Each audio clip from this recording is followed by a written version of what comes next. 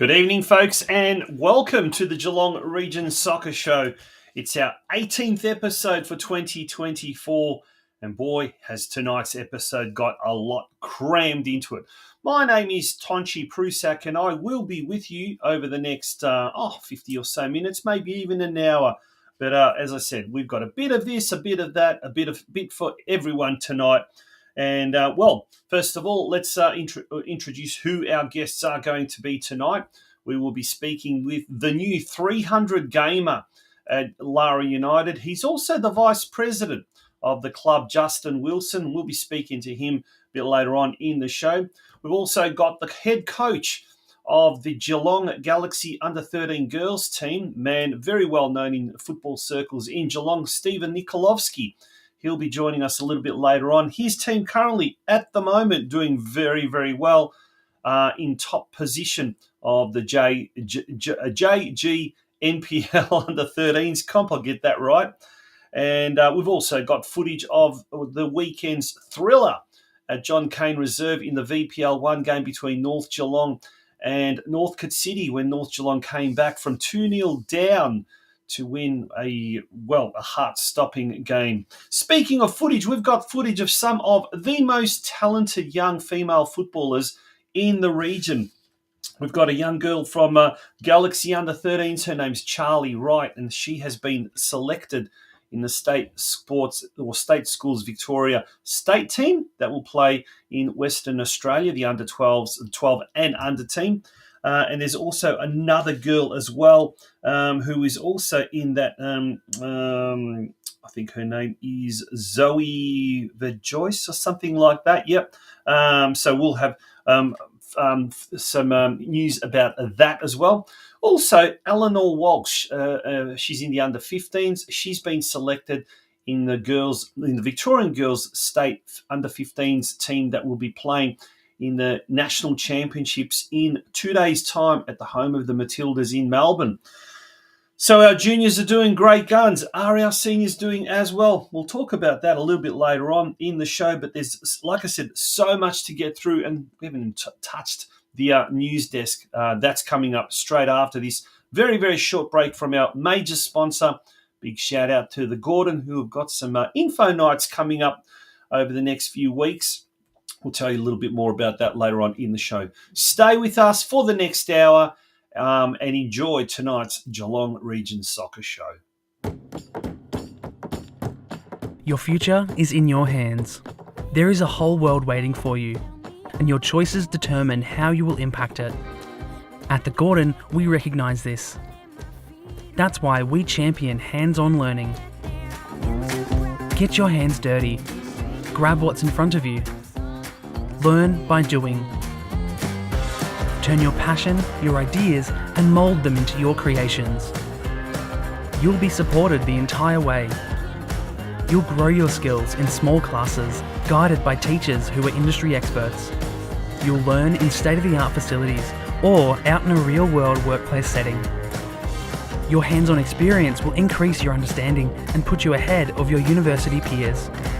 You'll graduate work-ready, and you'll graduate sooner, with a huge range of qualifications to choose from and support services to enable your success. Now is the time to continue your learning journey. At the Gordon, your future is in your hands.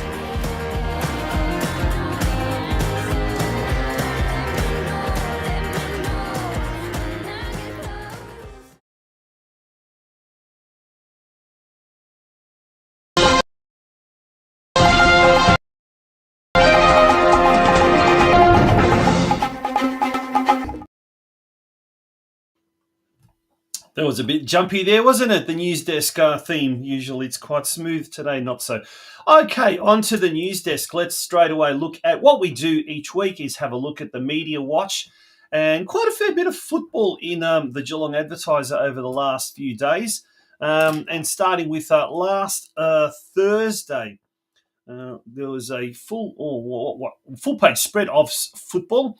Some of it was Euro Championships, but then there was also stuff on our local Matilda Kyra Cooney Cross.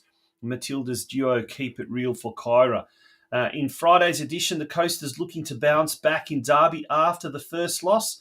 A preview of the big State League 4 clash between Bell Park and Surf Coast, which was played under lights last Friday night at the Bell Park Sports Club. On Saturday, moving along to Saturday, there were a couple of articles there as well. Deho returns for the Battling Warriors, a preview of the North Geelong Warriors game against Northcote City, a must-win game. And the Warriors' chances were boosted by the return of their key defender, Raymond Deho, who was appearing for Papua New Guinea in the Oceania Nations Cup in Fiji. Also, in Saturday's edition, Graham Arnold, the Socceroos will embrace a brutal World Cup draw. And that was some international news there. And then in today's paper, coming good in clutch, crucial comeback wins.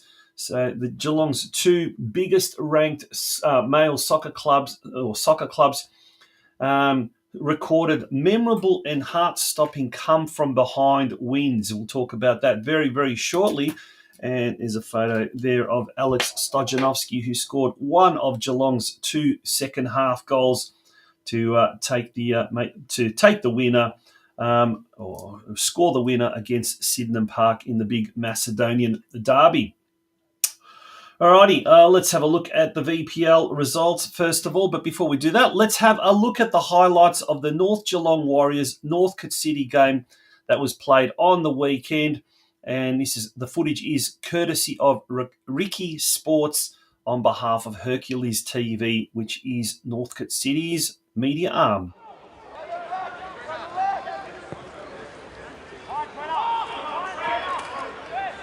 So the Warriors did start in the first half in great fashion.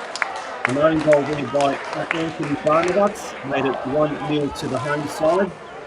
Shortly afterwards, a controversial one where the North players claimed the Northcote City player had handled the ball and had deflected the ball into the net. Salou Jalal in the second half, he run back before George Ellis, with a looping header, made it 2-2.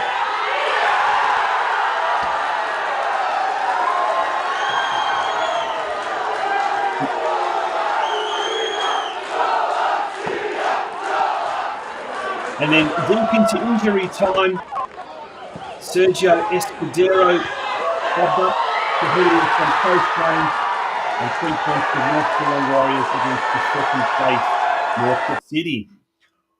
Remarkable result there. So let's have a look at that, the slide there. So 3-2 win against Northcote City. The second time in 2 weeks that North Geelong had come up against a second-placed side. Last week, drawing 2-2 against Western United. This time, 3-2 against Northcote City. Next Saturday night, massive game for the Warriors as they travel to BT Connor Reserve, a Saturday night blockbuster. No doubt there'll be a crowd of at least 2,000 to 3,000 for this game. Preston Lions are in third spot. They are in equal amount of points as Northcote City. And even though they lost 2-0 on the weekend to Eastern Lions, they will be very, very keen to jump back on the winners list. North Geelong, they've got a bit of a momentum developing. They will definitely try and take some points off the Lions in this game at BT Connor Reserve. If you can't make it up the highway, no doubt this game will be live streamed. I believe all of Preston Lions games are live streamed, so you'll be able to watch this one live. The women, Victorian Premier League women, Geelong Galaxy came up against Keilor Park, a tough Keilor Park, third place Keilor Park, and went down 1-2, the only goal for the Galaxy. Takanaka scoring for the home side. Round 14 fixture, Geelong Galaxy, which are currently in 8th position, travels to Ringwood City, who are in 10th, that game at Jubilee Park. Geelong Galaxy will be looking to break a 7-game losing streak, so hopefully the girls will be able to come back up the highway on a Sunday night with all 3 points in tow. Let's have a look now at Men's State League. Corio took on Clifton Hill at home in a narrowly lost 1-0. Geelong Soccer Club, we mentioned, came back from the dead 1-0 at half-time to record an absolutely heart-stopping and a fantastic win over Sydenham Park, 2-1.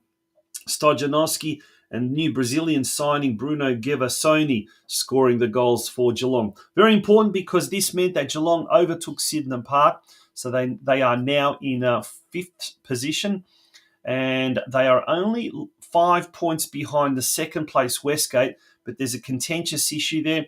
The Geelong game against Westgate last week, which was abandoned in the 62nd minute, has in fact been registered as a forfeit by Geelong. And whether or not Geelong officials will appeal, we don't know just yet, but stay tuned, no doubt. There will be more information about that in coming days or weeks. In State League 2, Geelong Rangers travelled to Westvale Olympic, and that was a difficult assignment. Westvale Olympic in 3rd position. 2 goals by Jordan Savinsky wasn't enough, but it certainly gave Westvale Olympic a scare. Rangers losing 3-2. Then we had State League 4 action, and it all commenced on Friday night. And we're going to have a look at some. We're going to have a look at some of the footage early on in the game against between Surf Coast and Bell Park, and this is the atmosphere on a Friday night.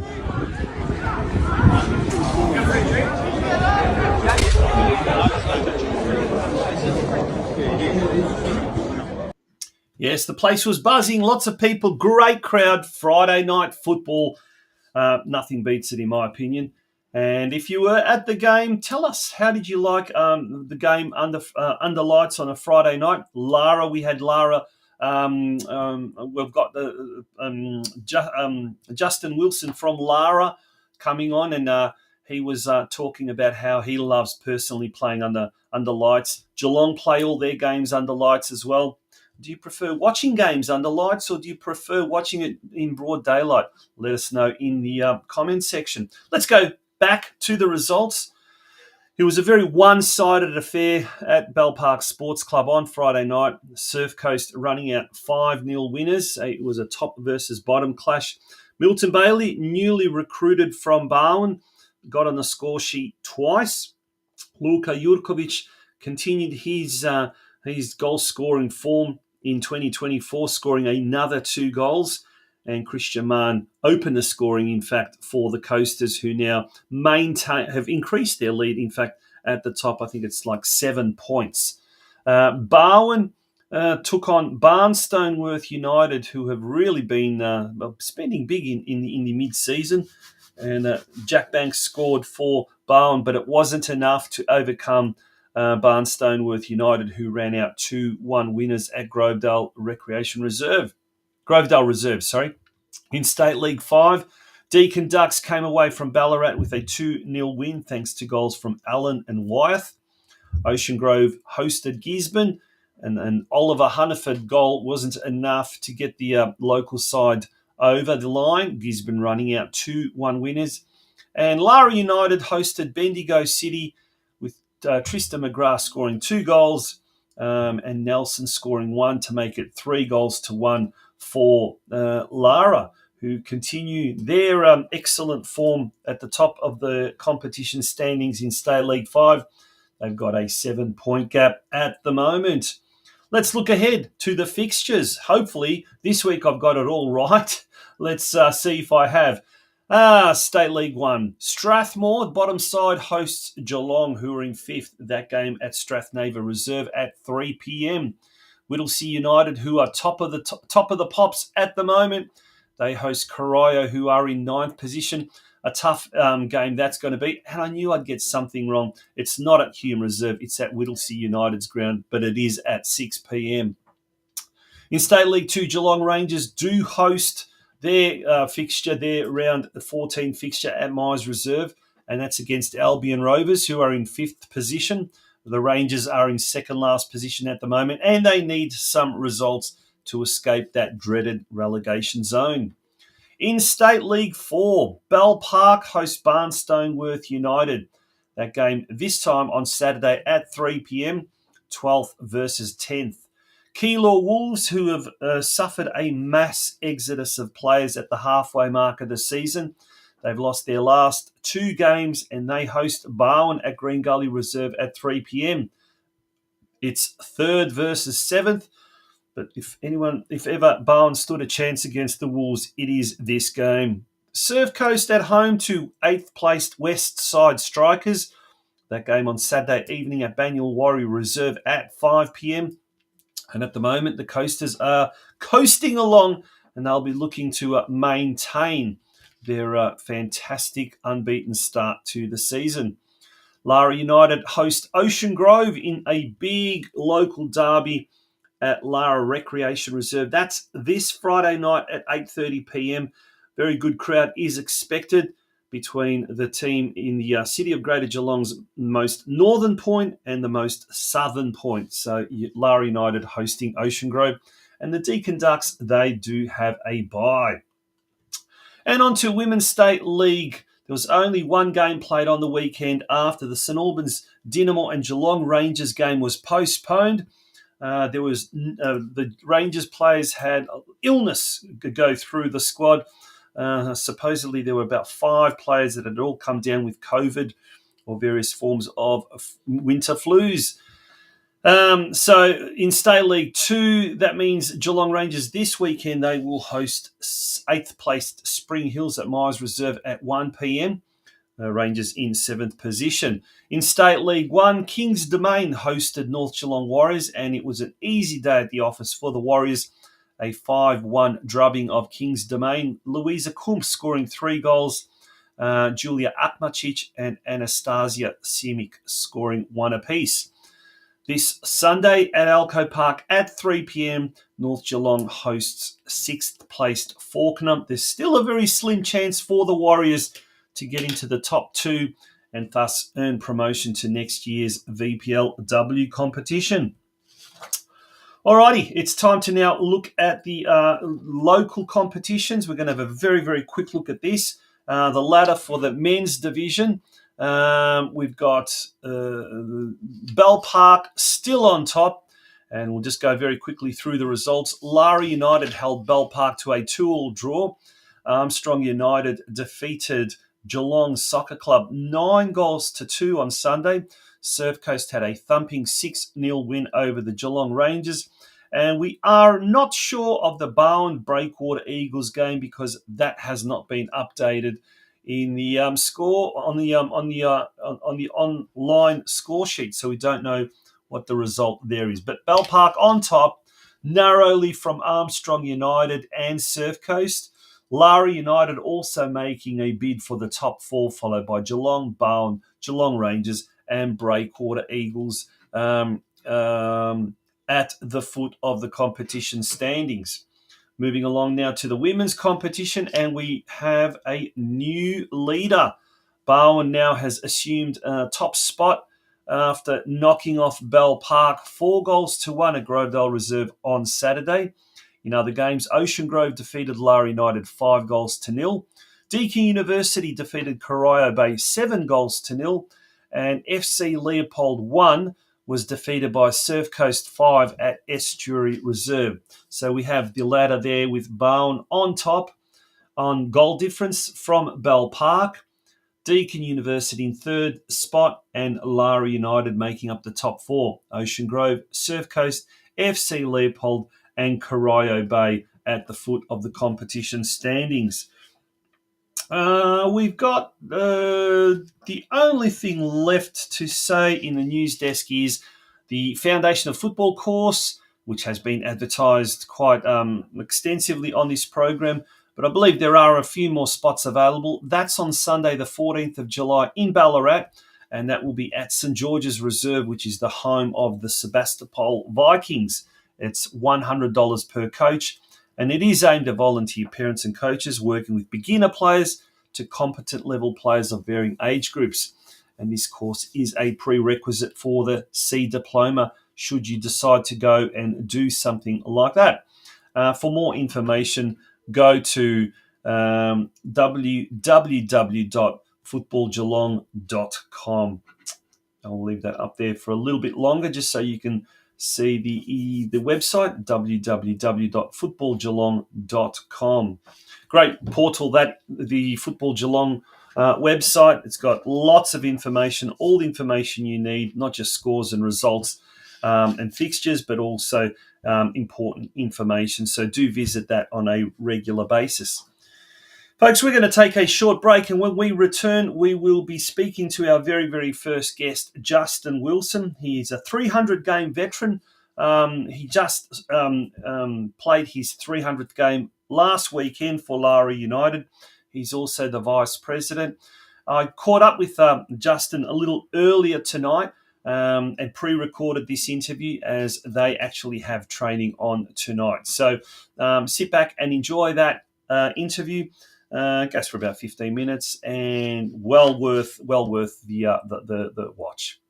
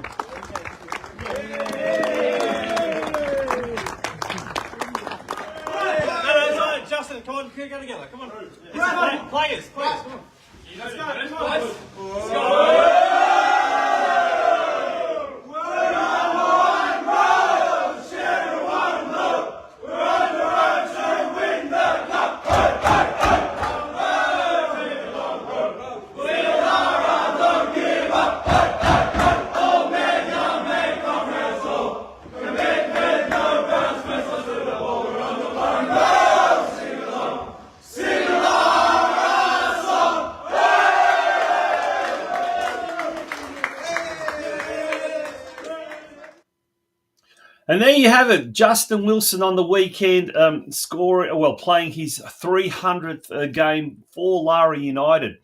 And very rarely do we see one player play that many games for the one club. And he's done it before he's even hit the ripe old age of 30. To tell us all about it is our very special guest on tonight's show, Justin Wilson. Good evening, Justin. How are you going? Yeah, good yourself, Tonchy. Thank you. Thanks for that. Great. First of all, congratulations, 300 games. And as we said, for the one club, that's very, very rare these days. First of all, how was the weekend just gone by? It was actually very, very fun and enjoyable weekend. Getting the win and having everyone there to celebrate and having the family down to watch. So it was a good weekend. Yeah. Now, in the end, we know the seniors won. The seniors won very well, and they're doing really well. We'll talk about that. But how did the Rezzies go? Did the boys do the job for you? Yeah, the boys did a job for us on the weekend against Bendigo, who were top. We got away with a 4-2 win, which was not unexpected, but we did really well. Yeah, fantastic, mate. Well done. Congratulations. Do tell us how did you first start off? And you told me off air, Lara's the only club you've played for. How old were you when you first started playing? First started in the under nines back in, I thought, 2003. So Hmm. would have been 8, 9 years old. Came down from Werribee, Hmm. and my mates just started playing soccer. So I just started playing with them in the under nines and worked the way up from then.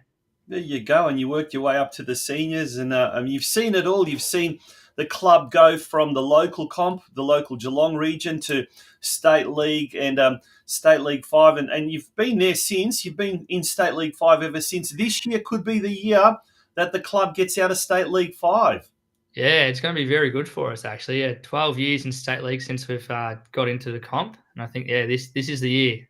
Eric's has got the boys humming, and I think they're going to go to state four, which would be exciting for us. Yeah, yeah. Now, before we talk about the club as a whole, but let's talk about yourself. Did you what position did you start playing in your junior days, and what do you play these days? I'm starting my juniors days as a striker, Hmm. back as an under 11s and stuff, and then worked the way through a couple of rep sides, starting now moved back to right back, and then got my senior debut as a man marking centre back. Okay. And then from there, just worked my way up. Now the defensive mid is my position now. Yeah, defensive mid. Yeah, yeah. You still like making those marauding runs up the middle of the park, do you?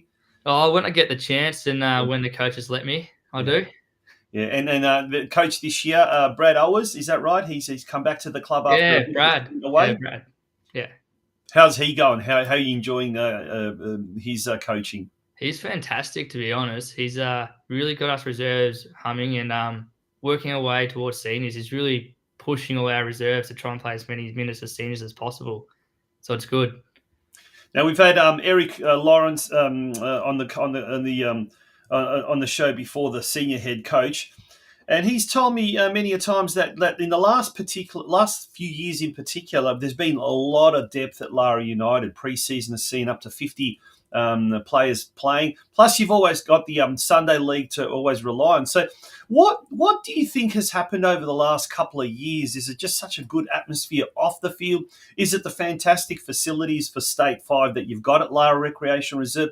Is there something else that's really helping the club? I think it's everything you've just said. Having the facilities to allow players to stay after the training sessions and after games and stuff, and create a good culture there. The Grisbecks, Paul and Kylie, fantastic for us as presidents and secretary. They've done an amazing job.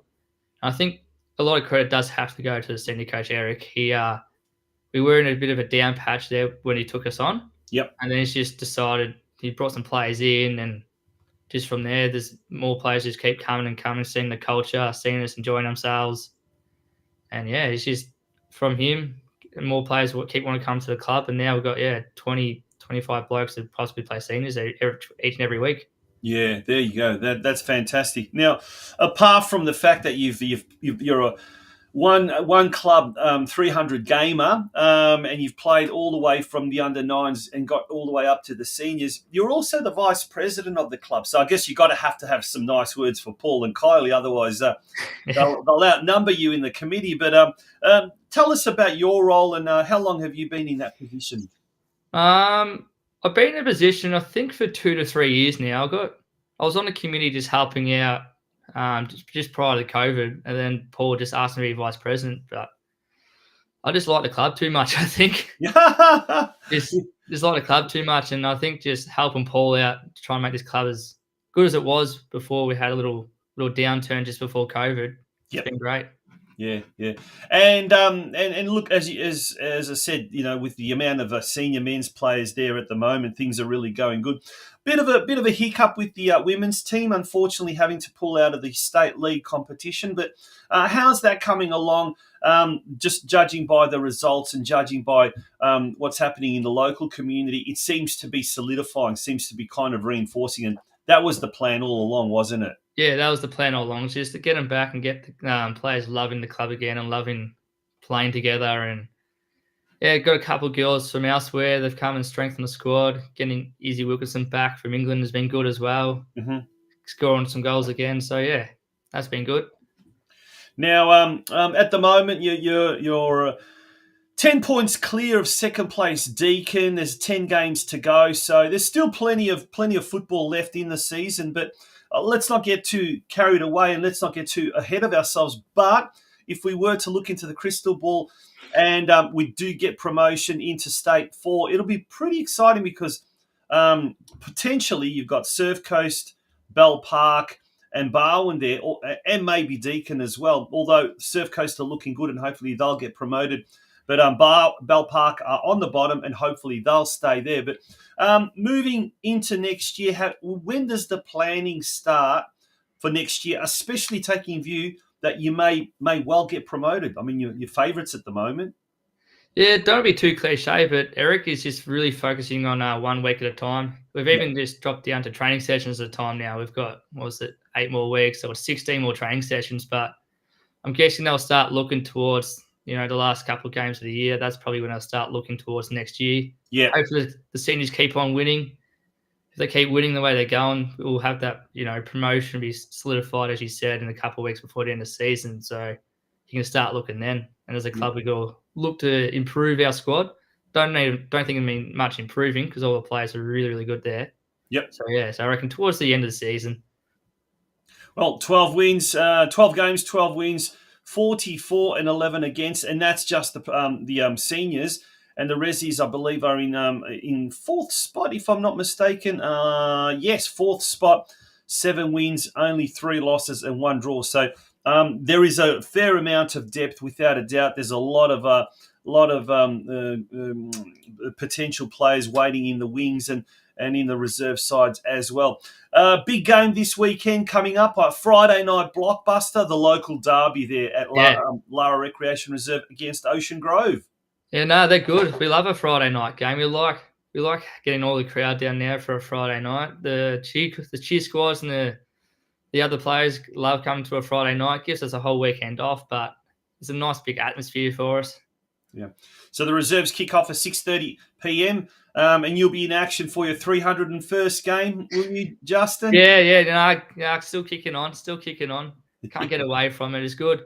No. It's a good bunch of players down there. Yeah, and the seniors, they'll be kicking it off at 8:30 p.m. So a big game there for Lara United, aiming to make it 13 wins from 13 starts as well.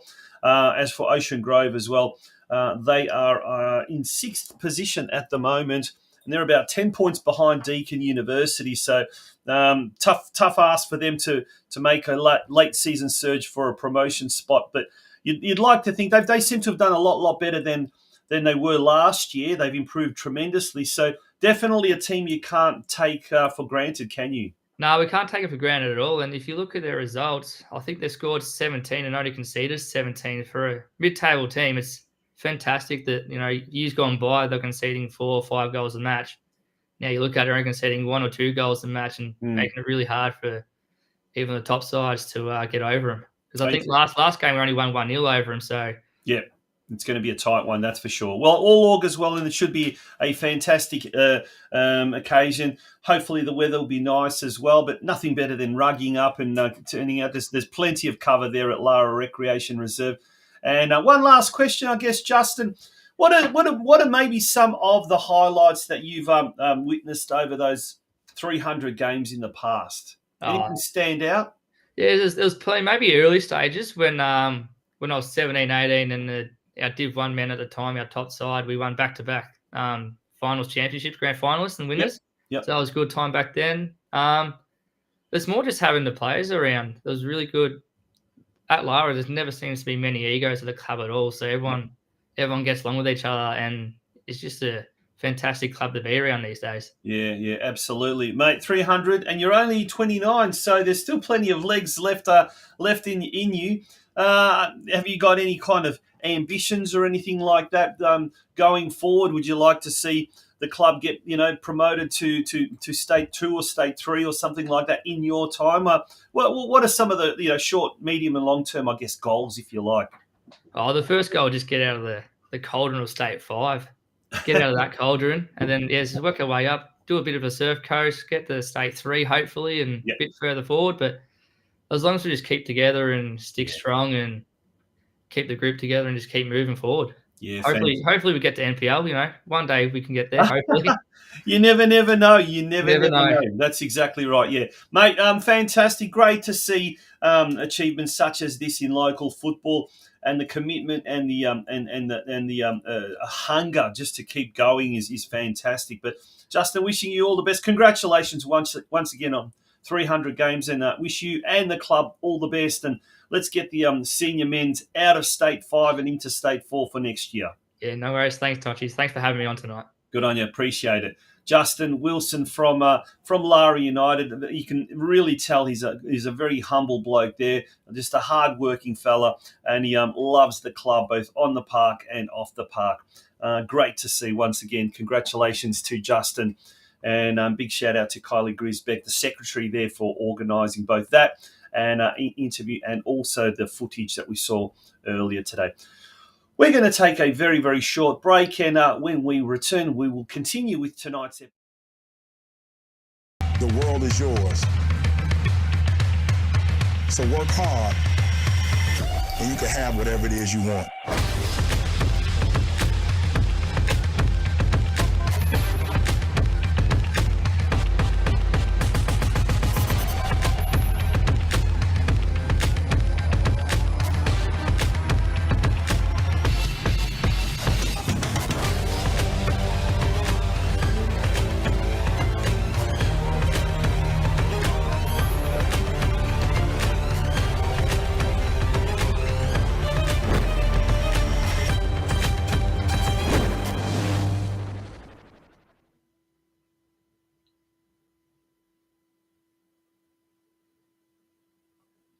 Welcome back to the Geelong Region Soccer Show.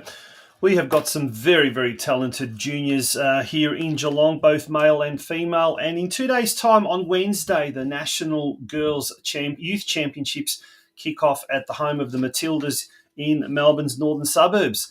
And two Geelong girls have been selected for the Victorian State Under-15 squad.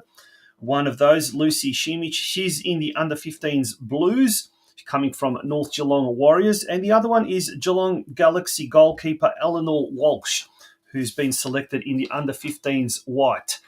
Let's have a look at some of these incredible goalkeeping saves by young Eleanor Walsh. And a big thank you to Branko Kristevski for supplying this footage from Geelong Galaxy. Enjoy. Only goes for 2 minutes, but it's worth watching some of this footage.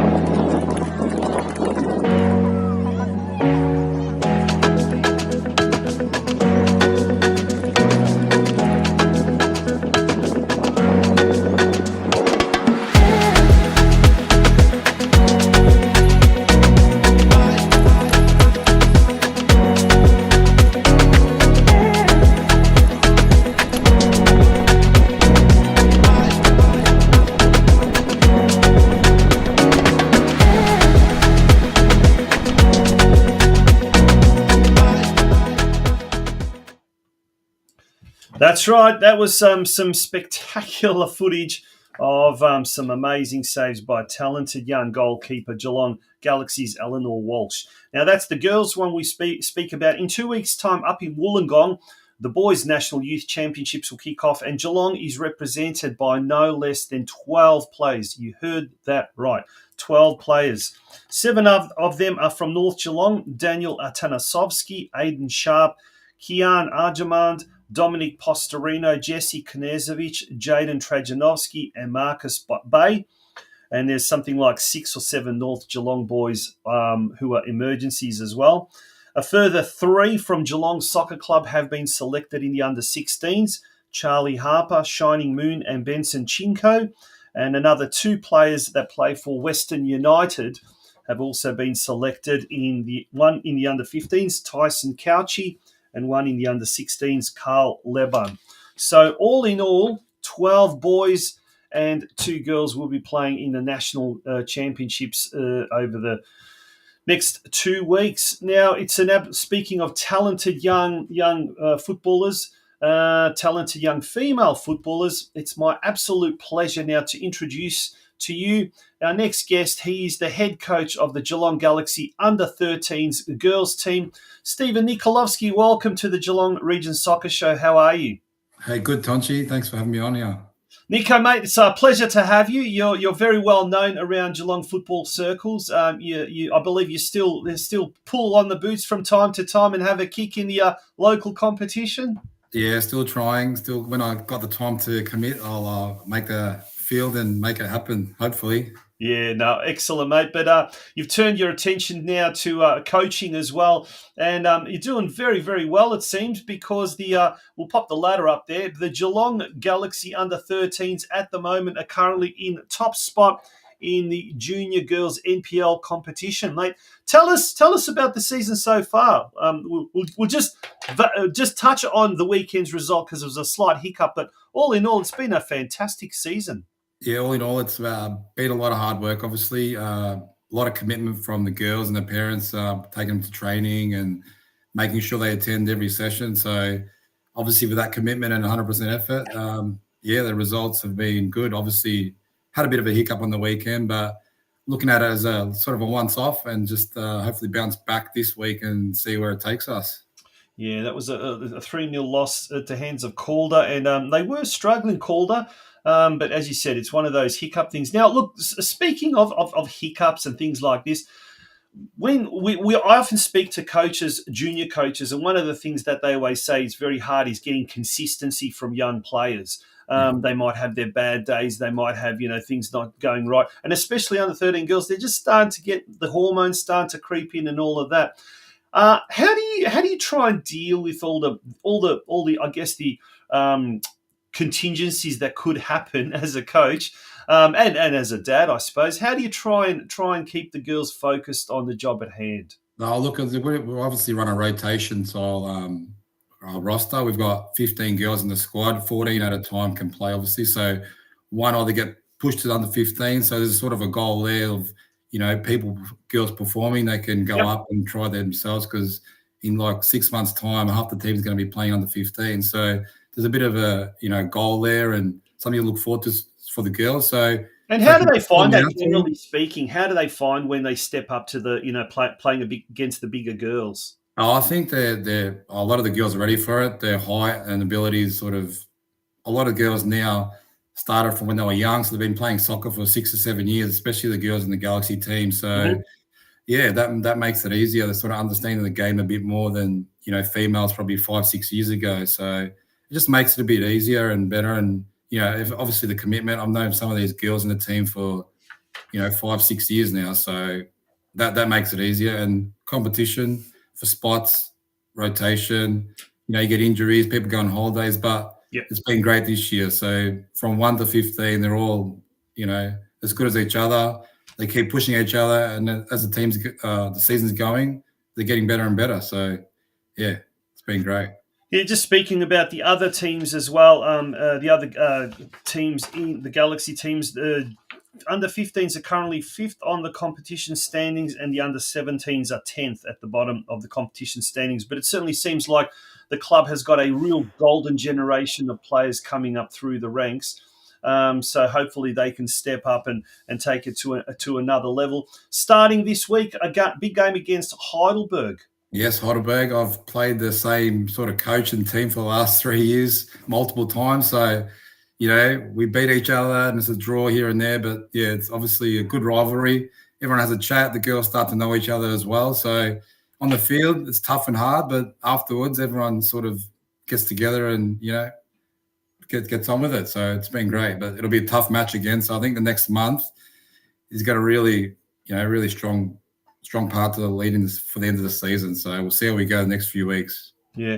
Well, I mean, it's a crucial game for Heidelberg. If they win this game, they could potentially move to top spot, overtaking you guys. But at the same time, if you manage to win, you'll open up a good 6-point gap over Heidelberg and Bulleen Lions, who are breathing down your neck. They're 3 points behind you, but they've got a game in hand and they've got a bit of a better goal difference. So it's becoming very, very. It's a real tight battle there for top spot.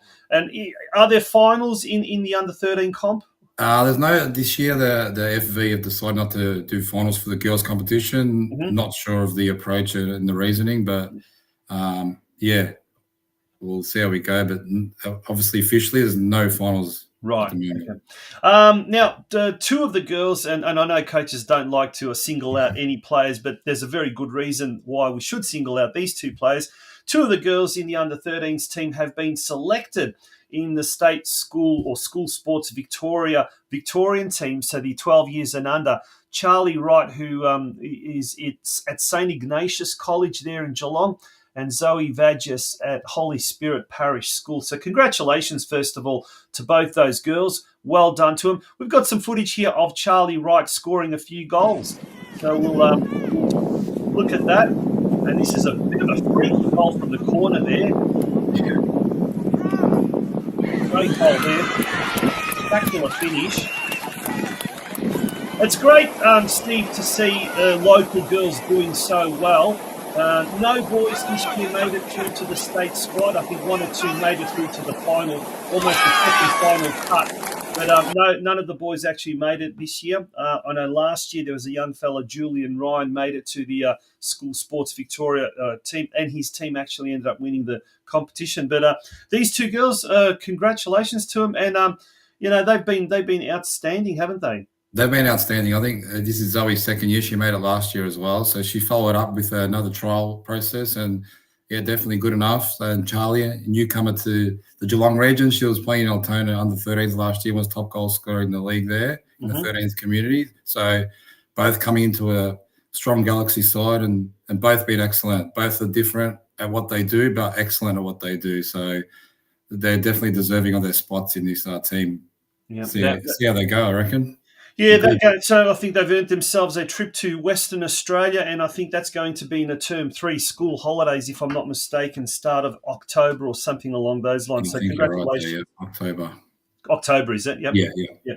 Congratulations to those two girls. That well done to them. Mate, some juniors. We've got some fantastic juniors in the region, and we've seen the boys, we've seen the girls, we've seen players that are really doing very, very well and getting noticed.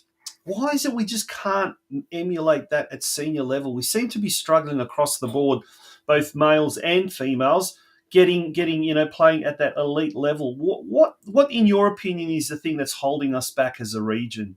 I'm not sure if it's the drop of numbers as they get to like that older level, 16, 17. They don't make it in one facet and then decide to quit or it's too hard. Mentality maybe. But I think another thing is the clear pathways. If there's a clear pathway for people, they know what to do and where to do it. Sort of, from my understanding, even with having a daughter in this team, what is the pathway to make it up and which club do you need to be at or what level? So if FV can come out with sort of a clear pathway, maybe there's a better goal there to, if you're playing an NPL, that's the level to go to the next step, whether it be TIDC program or NTC, do they select from NTC? So if you can make the clear pathway, maybe more girls will be like, yeah, I need to make that team. So it's sort of, I think it's just hard to gauge of where to go and what to do. You're getting a lot of questions from people. How do I, what do I do? Do I do lots of academies out there at the moment. So yeah, everyone's trying to do everything to make it, but it is hard. So I'm not sure the exact reason. Yeah, I know. I was speaking to Ante Diddlitz, a former Corio coach and North Geelong and Geelong coach. His son has made it through to the Australian under-17 team, but in order for him to be identified, in order for him to progress, he almost had to basically leave the region and move to Melbourne City and Correct, then eventually to Western United. And it's a shame that we don't have even either a men's team or a women's team playing in the highest statewide competition. North Geelong was relegated from the NPL last year, and Galaxy hasn't been in NPLW for a few years. Let's stick to the women's side of things, Stephen. How important is it for Geelong, the Geelong region, to get, and maybe we're speaking about Galaxy, to get a team back in the NPLW competition as soon as possible?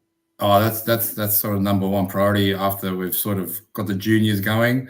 I think with the new committee and that and the new push, so hopefully, the results aren't showing at the moment, but I think moving forward, that's the next goal and very important for the region. Also, if the Galaxy can somehow find their own club rooms and grounds, it's sort of a better promotional thing for the girls footballing in Geelong, sort of a elite team as such, the only Geelong, girls club in the whole region. So I think, if they can make it back to the NPL, if we can get up there somehow, well, I think that's the number one goal, and it'll, make it more viable for kids to come across and a sort of a goal for kids in the region. And, start the pathway. If you can make it the Galaxy, that's the first step. If you can go higher than that, even better. So definitely an important part of the club. And how key of a pathway, for example, in this Western corridor is say the Western United A-League women's team playing in the highest competition, and then having some sort of a step in the NPLW that maybe kind of leads onto that pathway. Yeah, correct. The only thing with that is none of the A-League teams have any junior setups. They're all just like academies as such. So it's sort of hard. You have to make it when you're a bit older. So it sort of filters out from all their programs. They just select from their programs. So there's no such teams as juniors playing in any competition in Victoria. So it's a hard, I don't know, it's obviously going to evolve and get better, but it's still a growing sport, obviously, in the women's side of it. Yeah. It's an interesting conversation, and I guess it's something that we definitely need to speak about, because we've got some, as I said, some very, very talented juniors, and we just seem to be losing them for whatever reason.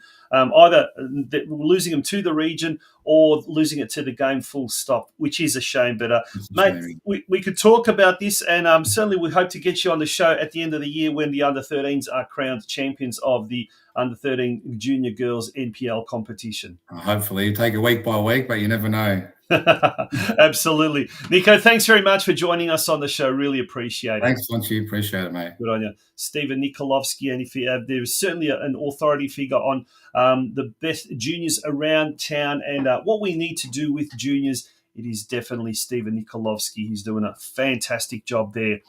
We're going to take a very, very short break, and when we return, it will be time to pretty much wrap up tonight's episode.